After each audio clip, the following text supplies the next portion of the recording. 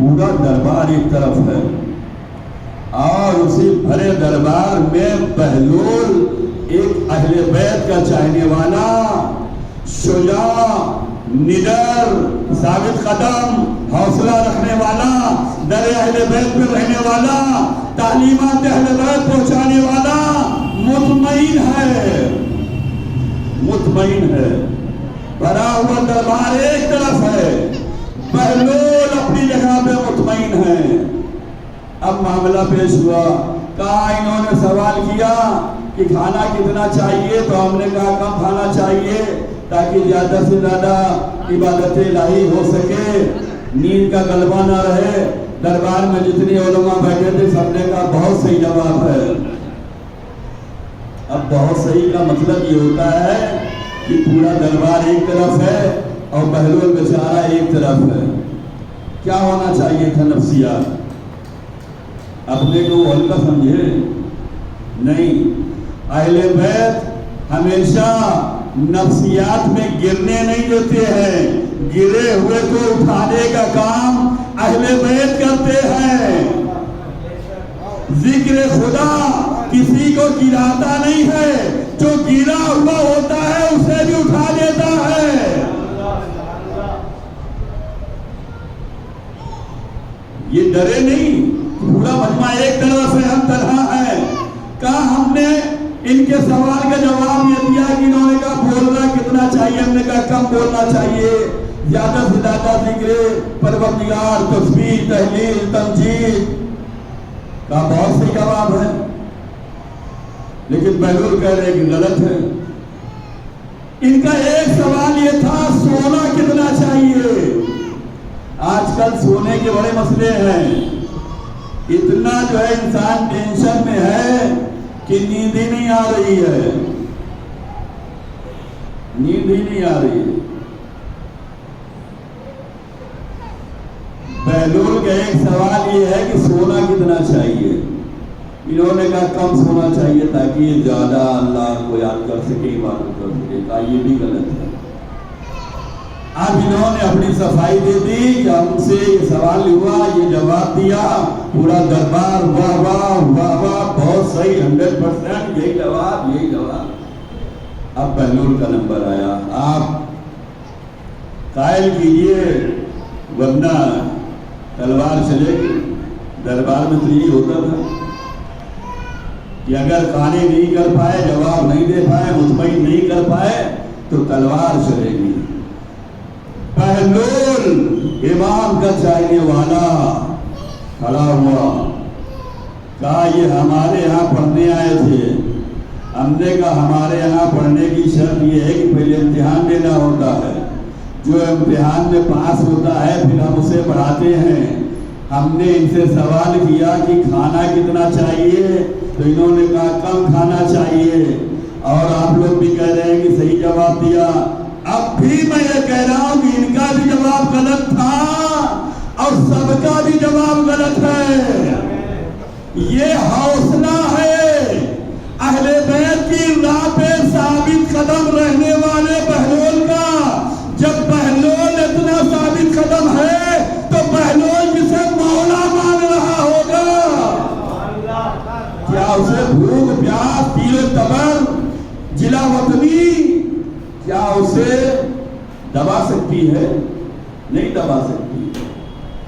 بہلول نے کہا ہم نے ان سے دوسرا سوال یہ کیا تھا بولنا کتنا چاہیے، انہوں نے کہا کم بولنا چاہیے۔ ان کا بھی جواب غلط تھا اور سب کا جواب غلط ہے۔ اب تو یہ سب بس اب قتل ہونی چاہیے، اس کا سخت قلم ہونا ہی چاہیے۔ ابھی تک ان کی اب سب کی بے عزتی۔ کہا ہمارا تیسرا سوال تھا سونا کتنا چاہیے، انہوں نے کہا کم۔ ہم آج بھی کہہ رہے ہیں کہ ان کا بھی جواب غلط ہے اور سب کا ہے۔ اب مجمع اٹینشن پلیز، کیا جواب آتا ہے؟ اب سب کے کان لگے ہوئے ہیں، سب کی توجہ بہلول کی طرف ہے۔ یہ کیسا دیوانہ ہے جو بھرے مجمع میں ہم سب کو دلیل کر رہا ہے۔ ہمارے علم کی بات آ گئی، ہمارے شرف کی بات آ گئی، ہمارے دربار پہ آ جا رہی ہے۔ بہلول نے کہا سنو،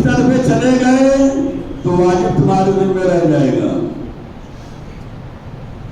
کبھی یہ سوچ کے نہ جائے کہ ہم سو رہے تو صبح اٹھ جائیں گے. نہیں، جس نے بھیجا ہے وہ کبھی بھی بلا سکتا ہے. تو بہنوں نے بتلایا بولنے سے پہلے سوچنا چاہیے.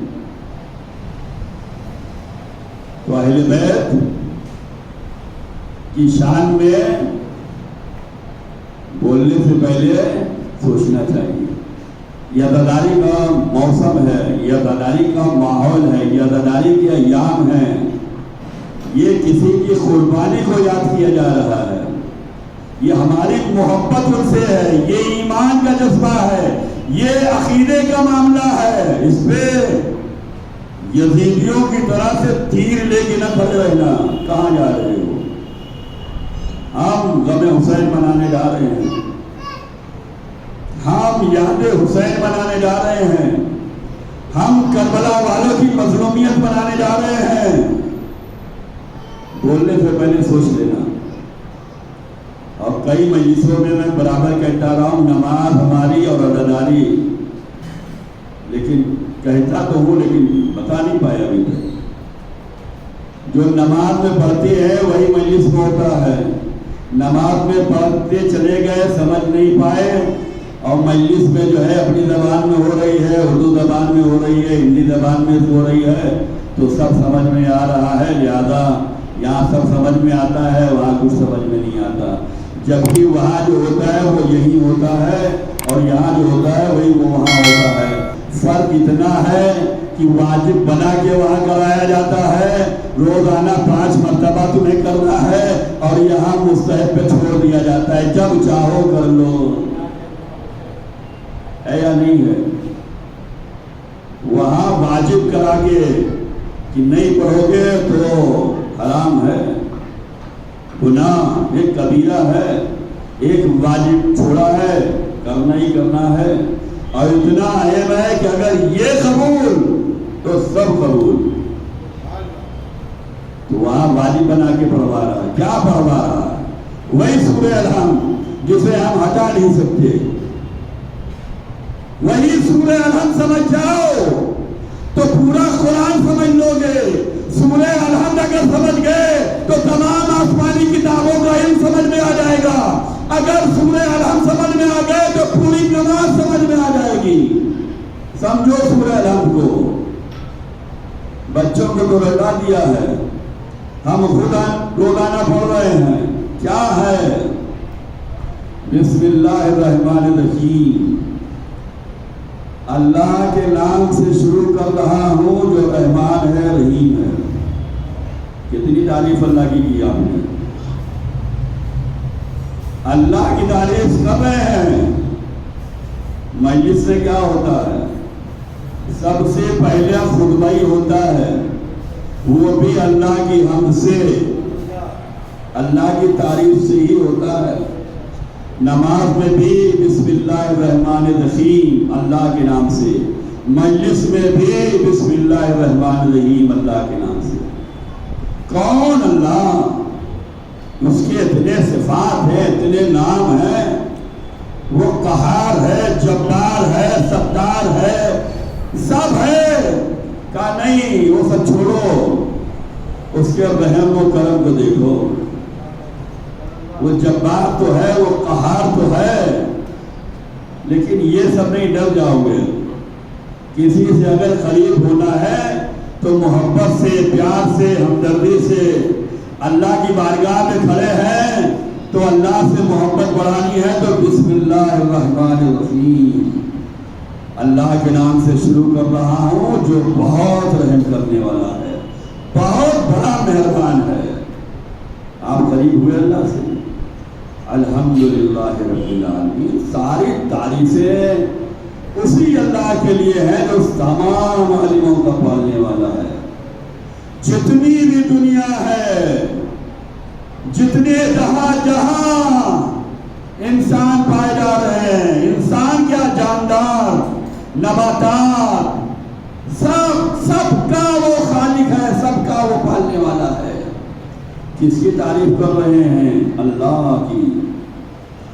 مجلس میں بھی یہی خطبہ ہے، الحمدللہ، اللہ کی تعریف، کس اللہ کی تعریف؟ وہاں تو کہہ رہے اس اللہ کی تعریف جو رحمان، جو رحیم، جو رب العالمین، جو مالک یوم الدین، لیکن خطبے میں ہم نے کیا پڑھا؟ الحمدللہ الذی نور قلوبنا بمحبت الحسین۔ اس اللہ کی تعریف کر رہا ہوں جس اللہ نے ہمارے دل میں محبت حسین کا نور عطا کیا ہے۔ اللہ ہی کی تعریف کر رہے ہیں۔ نماز میں بھی یہی ہوا ہے، نماز میں ہم نے کہا رحمان ہے، رحیم ہے، رب العالمین ہے، مالک یوم الدین ہے، سب اللہ کے لیے۔ خطبے میں کیا ہم نے پڑھا؟ الحمدللہ الذی نور قلوبنا بمحبت الحسین وجدہ وابی وامہ واخی وبنی وشیعۃ آل محمد۔ اس اللہ کی تعریف کر رہا ہوں جس اللہ نے محبت حسین ہمارے دل میں دی ہے، اور صرف محبت حسین ہی نہیں دی ہے، حسین کے جد امجد جناب رسول اللہ کی بھی محبت دی ہے،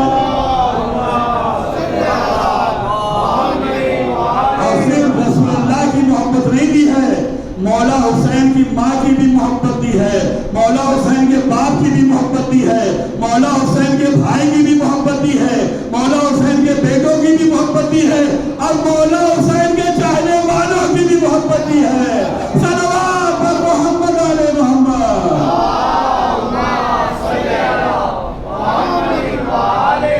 یہ مولا حسین کے چاہنے والے کون ہیں؟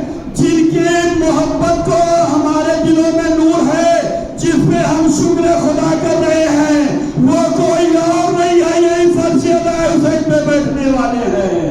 ایک صلوات پر محمد علیہ محمد۔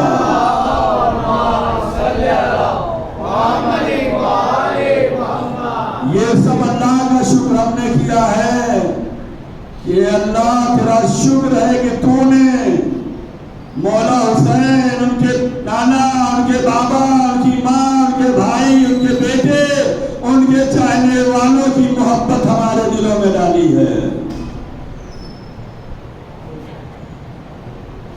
جب اس طریقے سے آپ جاتے ہیں تو انسان کہتا ہے اور قریب آ جاؤ، آپ تو ہمارے بہت اچھے ہیں۔ ہوتا یا نہیں ہوتا؟ نوکری لینے جاتے ہیں تو کیا کرتے ہیں؟ سفارش، سورس، سی وی اچھی بنے، اخلاق کا مظاہرہ اچھا ہو، باہر ہی بیٹھیں گے، جب بیل ہوگی تبھی اندر آئیں گے، 2 گھنٹہ بٹھا لو، بیٹھے رہیں گے، وہاں نہیں کہیں گے ٹائم ویسٹ ہو رہا ہے۔ ٹائم کیوں؟ ہمیں جاب لے دی ہے، بیٹھتے ہیں، اور جب آپ بیٹھیں گے تب وہ وہیں سے دیکھے گا کہ کس طریقے سے بیٹھے ہو، طرف تو نہیں ہے، لیٹ ہم کرا رہے ہیں تو تم ہمیں کچھ برا بھلا تو نہیں کہہ رہے ہو، اور اس کے بعد سر آ سکتے ہیں؟ ہاں ویلکم، کم آن، آ گئے۔ آپ جب اخلاق کا مظاہرہ کریں گے تب وہ کہہ رہے ہاں اوکے اوکے اوکے صاحب اب ملے گی جاب۔ کب ملی؟ اخلاق کا مظاہرہ کیا آپ نے۔ نماز میں ہم نے اللہ کی بارگاہ میں قربتاً اللہ، نماز فجر میں پڑھ رہا ہوں 2 رکعت واجب قربتاً اللہ، اللہ اکبر، بسم اللہ الرحمن الرحیم، الحمدللہ رب العالمین، الرحمن الرحیم، مالک یوم الدین۔ اللہ کے نام سے شروع کیا ہے، یہ کسی کو دکھانے کے لیے نہیں ہے، پہلے ہی نیت کلیئر کرتی ہے کہ جو کچھ میں کر رہا ہوں قربتاً اللہ کر رہا ہوں۔ اللہ اکبر، اللہ کے نام سے، بسم اللہ الرحمن الرحیم، اللہ کے نام سے جو رحمان، جو رحیم، جو رب العالمین، جو مالک یوم الدین، سب خدا کی تعریف کر رہے ہیں۔ قیامت کے دن کا وہی مالک ہے، ہاں وہی تو جانا ہے، اسی کی تعریف تو کر رہے ہیں، اسی سے تو لوگ لگا رہے ہیں، اسی کی یاد تو دل میں بٹھائے ہیں۔ اب ہمیں کیا قیامت کا خوف ہے؟ روزانہ ہم 10 مرتبہ اس کی بارگاہ میں کھڑے ہو کے اس کے رحمان الرحیم مالک یوم الدین ہونے کا اقرار کر کے آ رہے ہیں، تو اب ہمیں کیا خوف ہے؟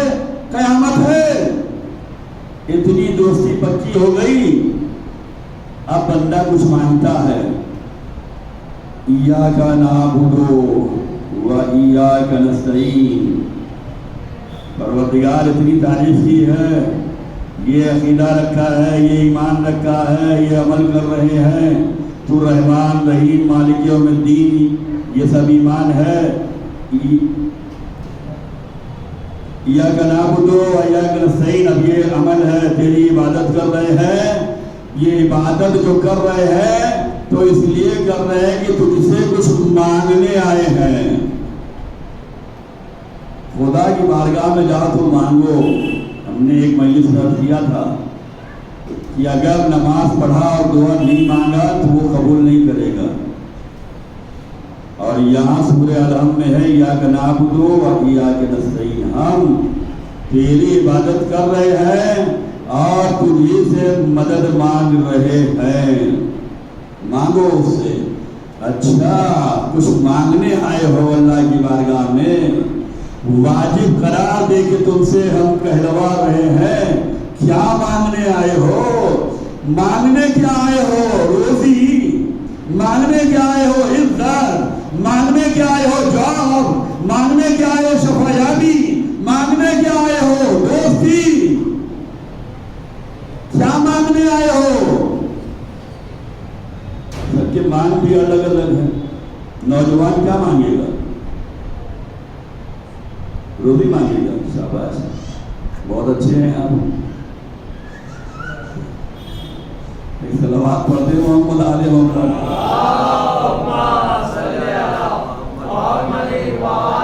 تجھی سے مدد مانگنے آئے ہیں، اب کیا مانگنے آئے ہیں کلیئر تو کرو۔ تم سماج میں پریشان ہو، تم علاقے میں پریشان ہو، تم نوکری کے لیے پریشان ہو، تم صحت کے لیے پریشان ہو، تم سکون کے لیے پریشان ہو، تم کمائی کے لیے پریشان ہو، بچوں کا فیوچر لے کر پریشان ہو، والدین کی طبیعت لے کر پریشان ہو، اپنی صحت کو لے کر پریشان ہو، کیا مانگنے آئے ہو؟ ایاک نعبد و ایاک نستعین، ہم تیری عبادت کر رہے ہیں، تجھ سے مانگ رہے ہیں، کیا مانگ رہے ہو؟ اہدنا الصراط المستقیم۔ کوئی دعا نہیں کی روزی کے لیے، صحت و سلامتی کے لیے، جاب اور بزنس کی کامیابی کے لیے، سکون اور اطمینان کے لیے، بھائی چارگی کے لیے کوئی دعا نہیں۔ اہدنا الصراط المستقیم، صراط مستقیم پر چاہے ثابت قدم رکھ ترجمہ کر لو، چاہے صراط مستقیم دکھا ترجمہ کر لو۔ صراط مستقیم مانگنے کے لیے اللہ کی بارگاہ میں کھڑے ہو کر عبادت کے نام پر واسطہ دے کر اقرار کر کے اس سے مانگ رہے ہو۔ اتنا تو سبھی مانتے ہیں، کچھ اختلاف ہے ترجموں پہ، کوئی کہتا ہے ثابت رہا، کوئی کہتا ہے دکھا، لیکن سب یہ کہتے ہیں کہ صراط مستقیم ہمیں چاہیے، سب نے یہ لکھا نا۔ تو صراط مستقیم اتنا اہم ہے کہ پروردگار نے جو ہے واجب قرار دیا ہے سورہ الحم، اس کو نہیں ہٹا سکتے، اور نماز میں اسے پڑھنا ہی پڑھنا ہے، اس سورے کو بھی نہیں ہٹا سکتے۔ تو یہ صراط مستقیم اتنا اہم ہے، تو اس صراط مستقیم کو سمجھو۔ کب تک زبان سے دہراتے رہو گے؟ کب تک رٹی رٹائی باتیں ہوتی رہیں گی؟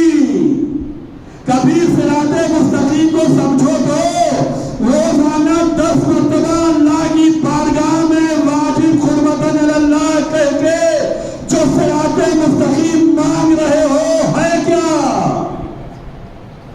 ہے کیا؟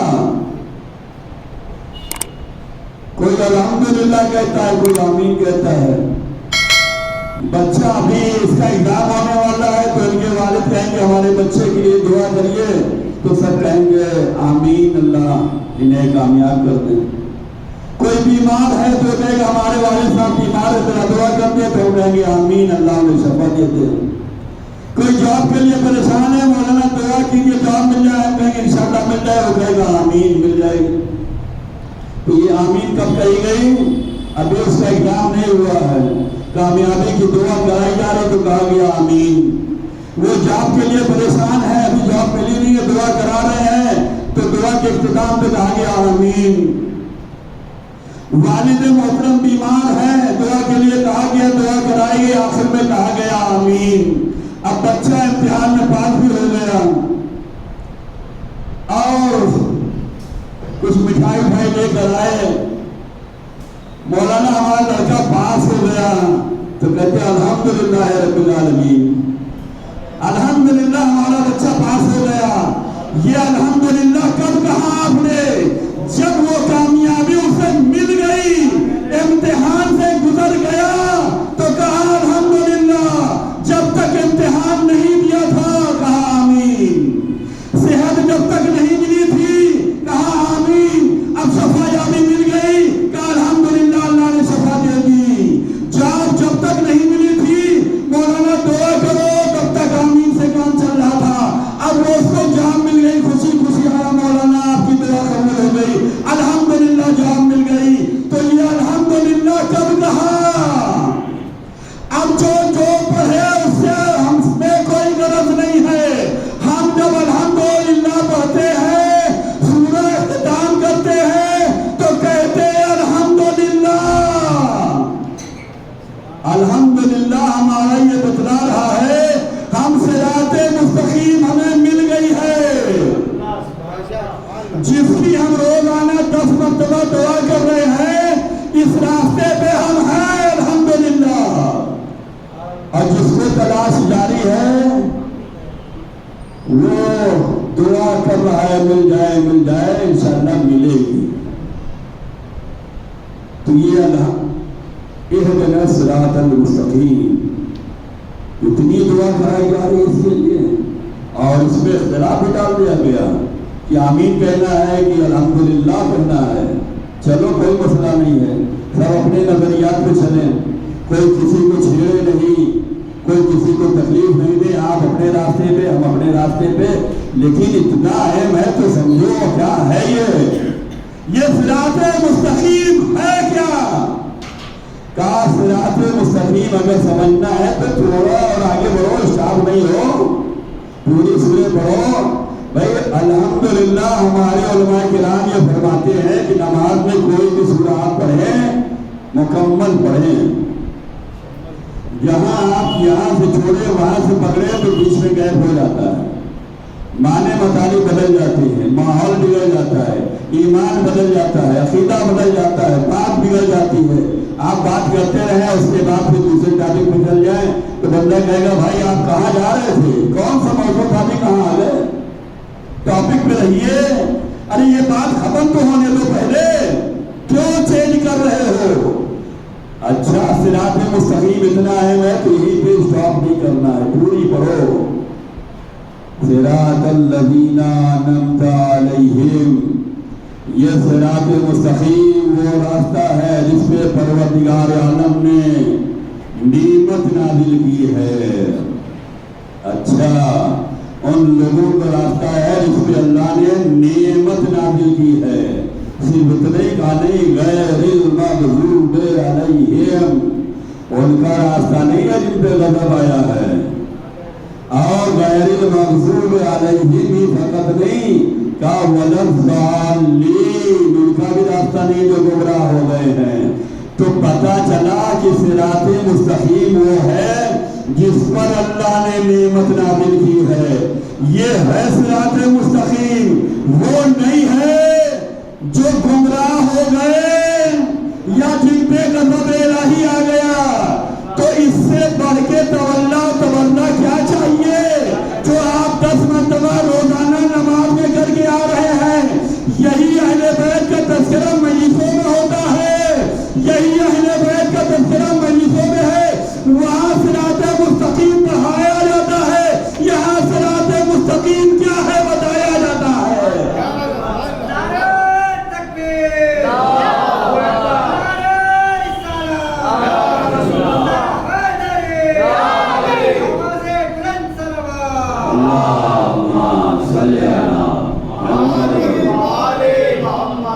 آپ کا شوق اور ذوق اور حسن سماعت اتنا ہے کہ میں روزانہ جو سوچ کے آ رہا ہوں وہ نہیں پڑھ پا رہا ہوں، قسم بخدا۔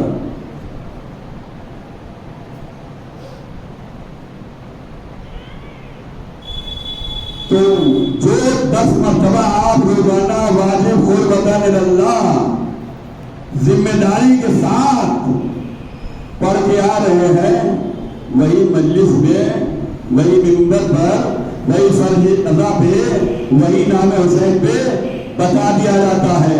اب اگر ہم یہ زیارت پڑھیں، السلام علیکم یا وارث آدم صفی اللہ، السلام علیکم یا وارث نبی اللہ، تو اب سمجھ میں آتا ہے کہ آدم کو اگر دیکھنا ہے، نوح کو دیکھنا ہے، کہیں سمجھ میں نہ آ رہے ہو تو ذکر حسین کر لو۔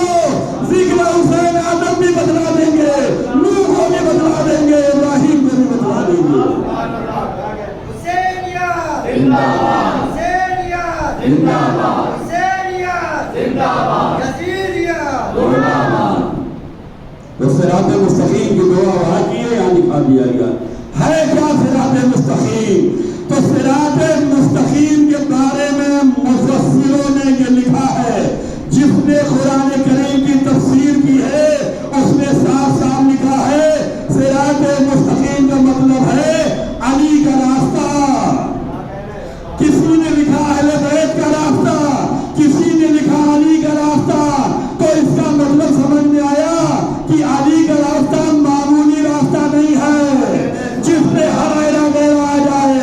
یہ اتنا اہم ہے کہ روزانہ 10 مرتبہ نماز میں آ کے مانگو، اللہ سے مانگو۔ لوگ کہتے ہیں آپ علی کو بڑھا دیتے ہیں، بھیا ہم نے علی ڈائریکٹ نہیں لیا ہے، اللہ سے لیا ہے، اسی حمد کرتے ہوئے لیا ہے۔ اب کسی کو اللہ نے علی دے دیا ہے، کسی کو نہیں دیا ہے۔ صلوات پر محمد علیہ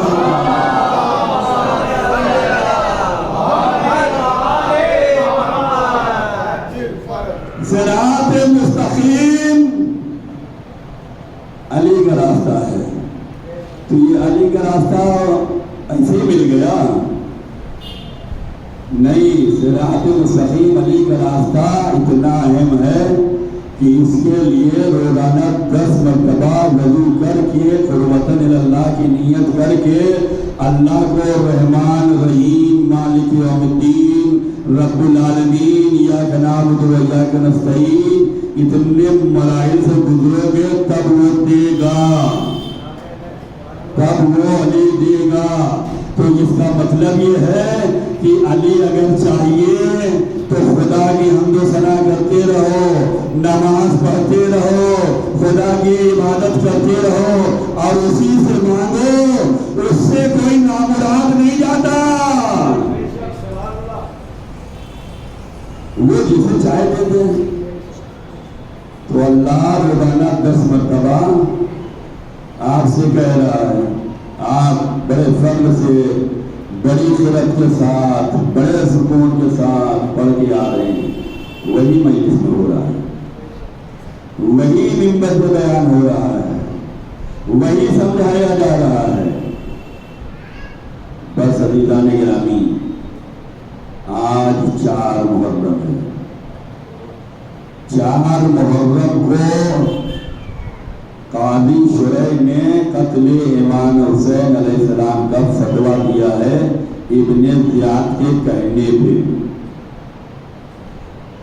ہمیں بیدار رہنے کی ضرورت ہے، ہمیں حقیقت جاننے کی کوشش کرنے کی ضرورت ہے، اس لیے کہ کوئی بھی اگر صحیح دین سے روکتا ہے، حق سے روکتا ہے تو باطل کر کے نہیں روکتا ہے، برا کر کے نہیں روکتا ہے، اچھے لباس میں آتا ہے، اچھائی بیان کر کے روکتا ہے اور اچھے طریقے سے روکتا ہے۔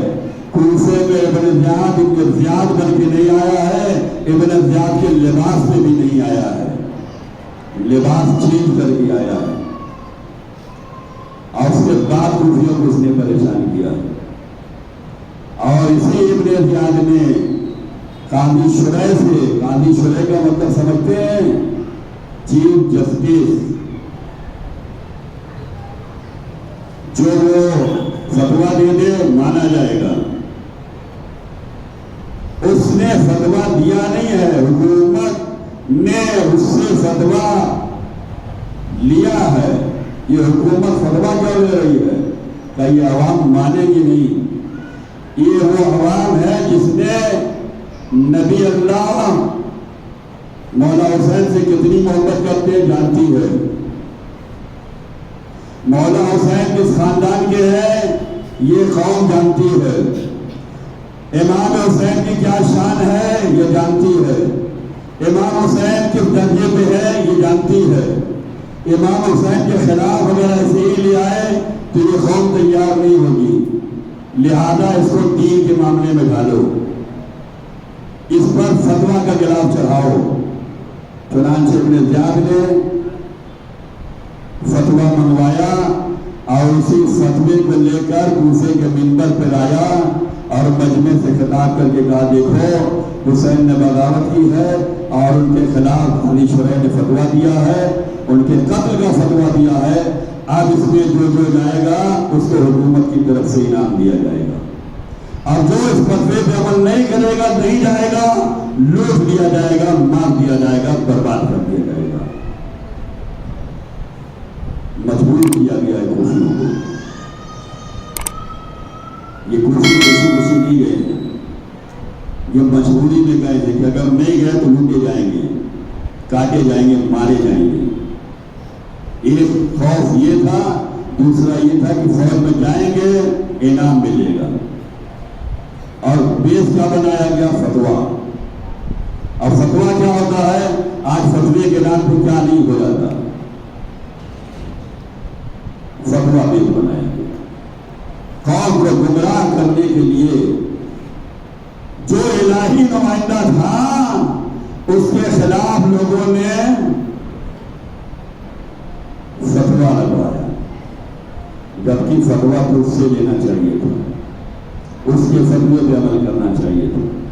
لیکن قوم کتنا دنیا میں غرق ہو گئی کہ کس کا فتویٰ ماننا تھا اور کس کا نہیں ماننا تھا. نبی تو فرما گئے تھے نا میں 2 چیزیں چھوڑ کے جا رہا ہوں. کس کو چھوڑا تھا؟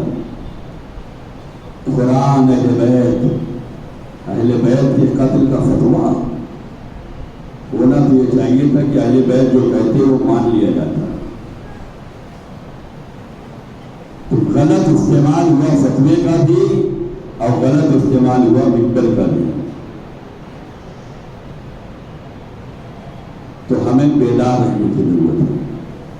4 محرم کو جو ہے قاضی شرح کا فتویٰ کوفیوں کو دکھلایا گیا، سنایا گیا اور فوج تیار کی گئی اور سب کو جو ہے زبردستی کربلا بھیجا گیا. کیا سب کا ضمیر مر جاتا ہے؟ نہیں، سب کے ضمیر نہیں مرتے. سب انسانیت سے نہیں گرتا، سب ایمان کا سودا نہیں کرتا، سب عقیدے کا سودا نہیں کرتا. جہاں قاضی شرح لکھا ہے، جہاں ابن زیاد اپنے دین اور ایمان سے پھر گیا ہے، وہیں پہ فوج یزید کا سردار اور ابن یزید ریاحی بھی ہے جس کا ضمیر بیدار ہوا اور کربلا کے میدان میں شب عاشور اس کی بیداری نے یہ کام کیا کہ کل تک جو فوج یزید کا سردار تھا وہ صبح عاشور توبہ کر کے حسین کی بارگاہ میں آ گیا. ضمیر زندہ ہو جائے، جو اپنے ایمان اور عمل اور عقیدے کو پرکھ لے کہ ہم کہاں ہیں، جو ثابت قدمی دکھلا لے، جو اپنے کو جنت اور جہنم کے درمیان دیکھ کے فیصلہ کرے کہ ادھر جنت ہے ادھر جہنم ہے، بیچ میں ہم ہیں کدھر جانا ہے، جو فیصلہ کر لے اسے حر کہتے ہیں. یہ عدالت بہت اہم ہے.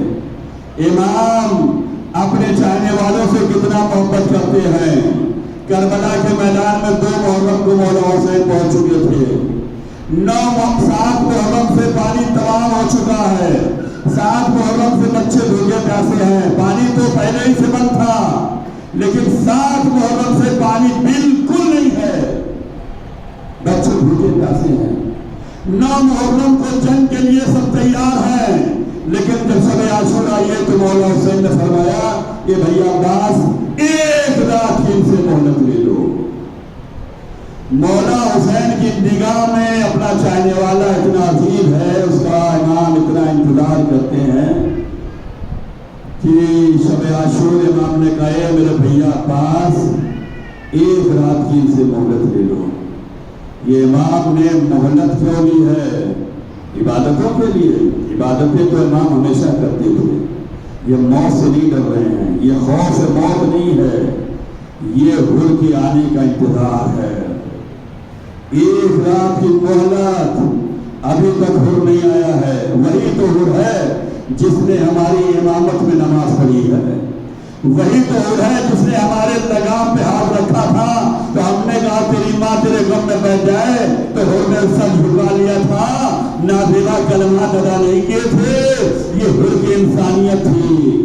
امام جانتے تھے کہ حر ایک دن بے چین ہو کر ضرور آئے گا، یہ آئے گا، اس کا انتظار کر لو۔ شب عاشور آگے ابھی تک نہیں آیا، اے بھیا ایک رات کی مہلت لے لو۔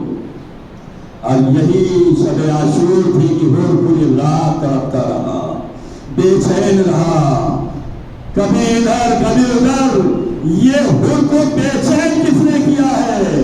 یہ وہی عزاداری میں ہو رہا ہے جس نے حر کو بے چین کیا ہے۔ کیا تھا؟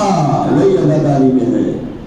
حسین کے بچوں کی پیاس تھی، سبیلیں لگاتے ہیں کیوں؟ تاکہ حسین کی پیاس لوگوں کو بتلا سکیں۔ سبیل اس لیے لگائی جاتی ہے تاکہ کربلا کے پیاسوں کو کا احساس قوم کو کرا سکے، عوام کو، پبلک کو کرا سکے۔ یہی وہ پیاس تھی بچوں کی، یہی صدائے العطش تھی کہ جو حر کے کانوں میں جاتی تھی اور حر تڑپ جاتا تھا، بے چین ہو جاتا تھا، حر تڑپ جاتا تھا، کہتا تھا یہ بچے جو پیاسے ہیں وہ میری وجہ سے، میں گھیر کے لایا۔ یہ وہی بچے ہیں جن کی آبا و اجداد نے ہمارے جانوروں تک کو پانی پلایا تھا، ہمیں پانی پلایا تھا۔ ہم پیاس سے بلک رہے تھے، مر رہے تھے، انہوں نے اپنے ہاتھوں سے ہمیں پانی پلایا ہے۔ آج ان کے بچے بھوکے پیاسے ہیں۔ یہی بچوں کی پیاس تھی جو رات بھر تڑپتا رہا۔ طلب ہو تو فیصلے بھی ہو جائیں۔ صبح عاشور ہوتے ہوتے حر نے فیصلہ کر لیا کہ اب ہمیں لشکر یزید چھوڑ دینا ہے۔ آج بھی حر کی طرح راستے کھلے ہوئے ہیں، بس کردار حر جیسا ادا کرنا ہے۔ حر کو حسین نے کیسے معاف کیا ہے؟ حر کو کیوں معاف کیا ہے؟ حر نے جو ہے غلطی کی تھی، توبہ کیسے کی ہے؟ حر کی توبہ کا نام یہ ہے کہ فوج یزید چھوڑ دیا ہے۔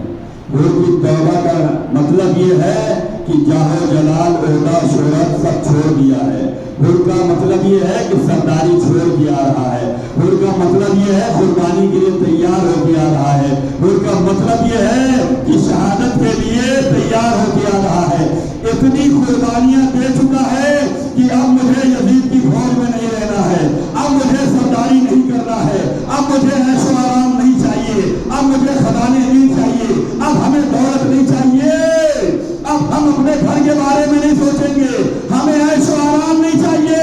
ایسے عیش و آرام کی شام کے کہ حسین کا لشکر پیاسا ہو، حسین کا گھرانہ پیاسا ہو۔ یزید کی فوج چھوڑ کے آ رہا ہے تو لوگوں نے کہا ہو تم بزدل نکلے، سب سے شجاع تو تم ہی تھے، تم کیسے حوصلہ پست کر گئے؟ کہا نہیں، میں اپنے کو جنت اور جہنم کے درمیان دیکھ رہا ہوں۔ یہ تو دنیا تھی جو میں نے کیا ہے، لیکن دنیا میں رہ کے اگر میں جنت نہ خرید سکوں تو دنیا کس کام کی ہے؟ مجھے جہنم نہیں جانا ہے، جنت جانا ہے۔ جنت ملنے والی ہے تو در حسین کو ملے گی۔ لو، اس نے فیصلہ کر لیا، میں جا رہا ہوں۔ بھائی بھی تیار ہو گیا، بیٹا بھی تیار ہو گیا، غلام بھی تیار ہو گیا۔ آقا ہم آپ کے ساتھ، اے میرے بھائی آپ کے ساتھ، اے میرے بابا میں بھی آپ ہی کی راہ پہ، جہاں آپ وہی میں۔ یہ چھوٹا سا قافلہ ہو لے کے چلا، کہا بڑی خطا کی ہے، بڑے گناہ کیے ہیں، میرے ہاتھوں کو باندھ حسین کی بارگاہ میں جا رہا ہوں. آج کوئی حر ہے جو توبہ کر کے حسین کی ادا میں آ جائے. آج کوئی حر ہے جو فرش ادا حسین پہ آ جائے. آج کوئی حر ہے جو عزاداری امام کے لیے آ جائے. آج کوئی حر ہے جو ماتم حسین کے لیے آ جائے. آج کوئی حر ہے جو مجلس حسین برپا کر دے. یہ در آج میں کھلا ہوا ہے. حر نے اپنے ہاتھ بنوائے, خیام حسینی کی طرف چلا. لو حسین سب جانتے ہیں, جس کا انتظار تھا وہ لمحہ آ گیا. حسین نے کہا اکبر آگے بڑھو, حر کا استقبال کرو. عباس آگے بڑھو, حر کا استقبال کرو. اب بچے نے آواز دی اللہ اکبر. حر نے کہا بیٹا کیا ہوا؟ کہا بابا ہمارے استقبال کے لیے حسین کا بھائی عباس آ رہا ہے. یہ عزت مولا نے دی ہے. یہ عزت مولا نے کس کو دی ہے؟ حر کو دی ہے, جو لشکر یزید چھوڑ کے آ رہا ہے. حوصلہ پہ رکھو, فیصلہ پہ کر لو. در حسین پہ آ تو جاؤ, حسین کتنا نوازیں گے. عباس جاؤ, اکبر جاؤ, قاسم جاؤ, آل محمد جاؤ, حبیب جاؤ, سب کو بھیج دیا. اب وہ آیا, ایک موقع وہ آیا کہ مولا حسین بھی کھڑے ہو گئے. مولا حسین بھی آگے بڑھنے لگے. ہاں میری بارگاہ میں کوئی میرا عمل کے تو آ رہا ہے. یہ آپ عزاداری کے لیے نہیں آ رہے ہیں, یہ حسین آپ کے استقبال کے لیے آئے ہیں. یہ آپ فرش ادا پہ نہیں آئے ہیں, یہ حسین کی بزم میں آئے ہیں. بڑی خوش نصیبی ہے کہ حسین ہمارے استقبال کے لیے آئے ہیں. فقط خود حسین نہیں آئے, اکبر کو بھی بھیجا ہے, قاسم کو بھی بھیجا ہے, عباس کو بھی بھیجا ہے. قدموں میں اس نے سر جھکا دیا. مولا خطا معاف ہو سکتی ہے, کہا خطا معاف ہو گئی. اور فقط ہم نے ہی معاف نہیں کیا ہے, میرے خدا نے بھی معاف کر دیا. اللہ اللہ, اہل بیت کا اختیار تو دیکھو. اہل بیت کا اختیار کا فقط میں نے نہیں معاف کیا, اور میں نے بھی معاف کیا, میرے پروردگار نے بھی معاف کر دیا. سینے سے لگایا, گلے سے لگایا, حسین طرف کے موئے.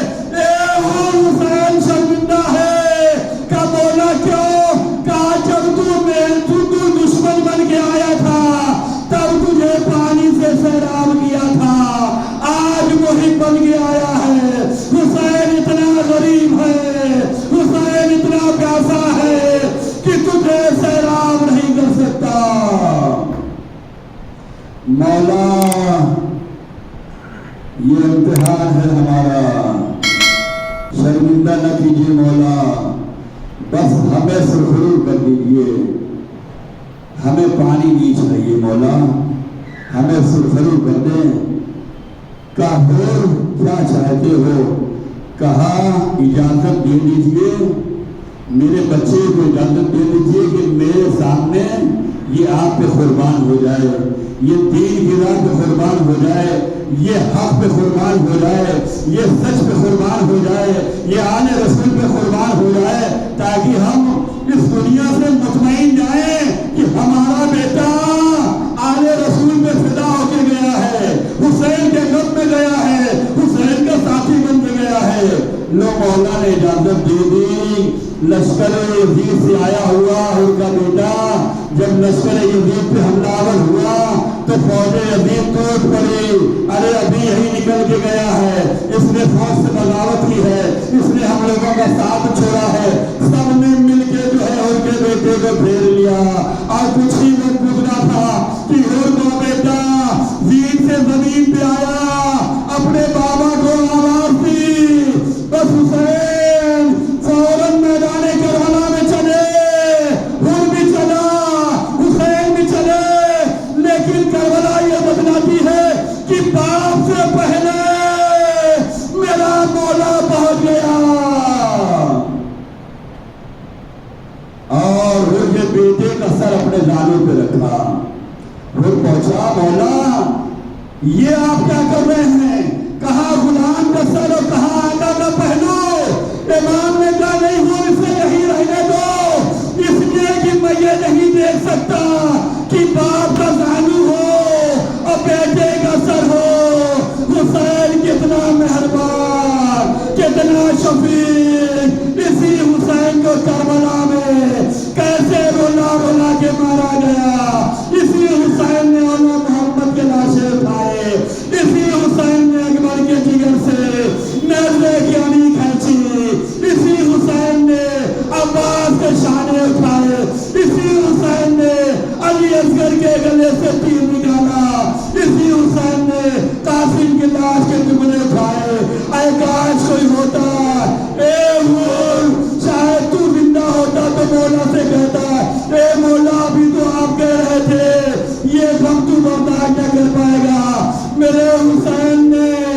اکبر کے غم کو برداشت کیا، عباس کے غم کو برداشت کیا، قاسم کے غم کو برداشت کیا، بھائی کا غم تو بڑا لگ رہا تھا، ساری شہادت حسین نے برداشت کی، لیکن جب کربلا کے میدان سے عباس جیسے بھائی نے الوداع کہا، حسین کمر پکڑ کے بیٹھ گئے، اے بھیا تیری شہادت نے میری کمر توڑ دی ہے، اے میرے اکبر تیری شہادت نے میری آنکھوں کی بینائی لے لی ہے۔ الا لعنۃ اللہ علی القوم الکافرین وسيعلم الذين ظلموا وأي منقلب ينقلبون۔ پروردگار ہمارے ذکر خرچ اعمال کو قبول فرما، ہم سب کے گناہوں کو معاف فرما، ہم سب کی جان مال رتابوں کی حفاظت فرما، دین و دنیا میں حضر ناصر فرو فرما، ہماری جان مال رتابوں کی حفاظت فرما، تمام آفات و بلیات ابدی سماوی روحی جسمانی سے محفوظ فرما، روزی روزگار میں برکت عنایت فرما، ظہور امام میں تعجیل فرما، امام کی تعلیمات عمل کی توفیق عنایت فرما۔